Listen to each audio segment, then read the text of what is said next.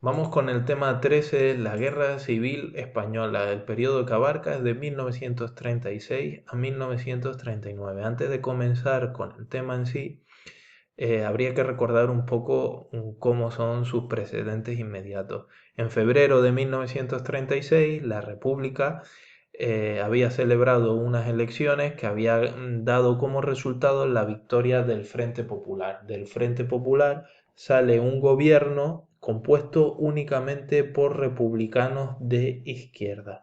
Desde el primer momento que gana el Frente Popular las elecciones, hay una serie de grupos que van iniciando sus conspiraciones para acabar con la República, para provocar un golpe de Estado.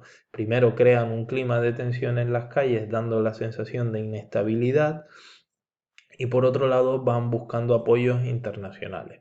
En ese golpe de Estado van a destacar sobre todo los militares, que son quienes tienen únicamente capacidad para desencadenar una violencia a tal nivel, aunque van a contar con el apoyo de diferentes grupos de extrema derecha y de la derecha monárquica e incluso de la derecha republicana, de muchísimos personajes de la Confederación Española de Derechas Autónomas, la CEDA. Bueno, en la introducción de este tema, ¿qué tenemos que ver? Primeramente una serie de cuestiones. La guerra civil significó el fin del intento de modernización de la política y la sociedad española que había pretendido la República con una serie de reformas como la eclesiástica, la militar, la reforma agraria, la reforma laboral. Eso se va a cortar absolutamente con la guerra civil y con el periodo posterior de la dictadura. Significó una vuelta a las viejas estructuras, básicamente, que hemos visto durante prácticamente todo el siglo XIX y parte del XX. El conflicto español también fue percibido como un precedente de la Segunda Guerra Mundial, sobre todo por el enfrentamiento entre ideologías como el liberalismo por un lado, el socialismo por otro, el comunismo y el fascismo. Son enfrentamientos entre ideologías antagónicas que en el caso español no es una excepción. En toda Europa se van a dar estos enfrentamientos e incluso guerras civiles tan cruentas como la española, como puede ser la guerra civil griega o el enfrentamiento civil que tiene lugar en Italia durante la Segunda Guerra Mundial. Son enfrentamientos del periodo de entreguerra que tienen que ver con esta lucha antagónica entre diferentes ideologías, crisis económicas, etc. Por lo tanto, no podemos decir que es un desenlace final de un enfrentamiento secular entre dos Españas, algo que se habla mucho pero que la historiografía tiene totalmente descartado. Nunca existieron esas dos Españas. Fue un enfrentamiento que tiene que ver tiene sus raíces profundas en la historia española, pero no es un enfrentamiento de dos partes del pueblo español que tienen concepciones diferentes. Su consecuencia inmediata, pues, fue evidentemente el establecimiento de una dictadura, como todos sabemos, de las más largas de Europa, que pervive durante casi 40 años y que va a marcar prácticamente, pues, todo el siglo XX español, y el posterior periodo democrático también viene en gran medida marcado por lo que estableció previamente la dictadura. Esta es una fotografía de Guernica, una pequeña ciudad que quedó totalmente pulverizada por los bombarderos. La conspiración y la sublevación militar.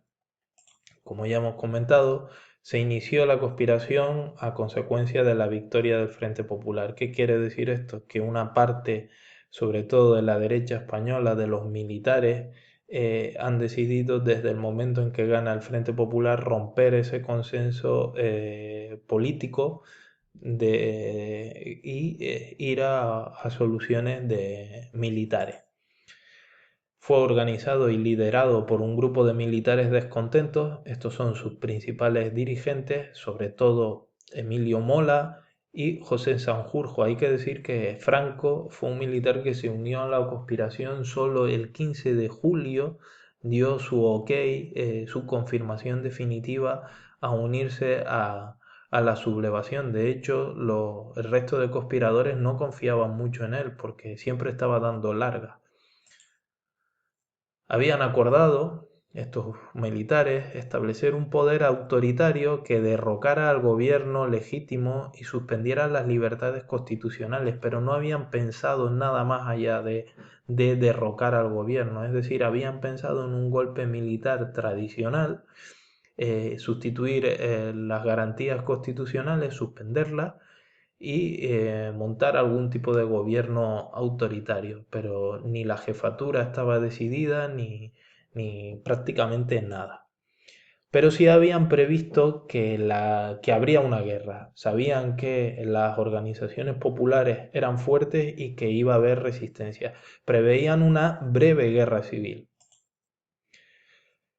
La sublevación se inicia el 17 de julio. Ya os dije en el tema anterior que el asesinato de Calvo Sotelo adelanta los planes que eran para el 18-19 y se adelanta en el protectorado español en Marruecos. Franco va a incorporarse a Marruecos desde Canarias.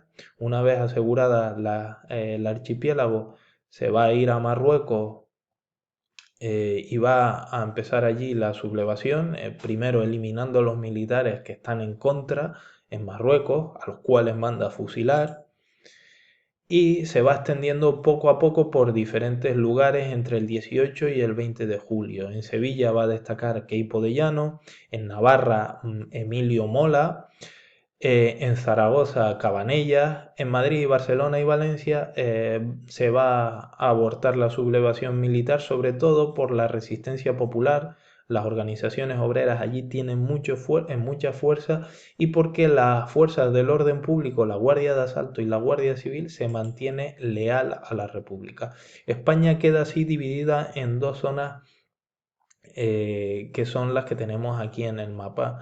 En azul coloreado las que controlan los golpistas y en este color caqui las que va a controlar el gobierno legítimo.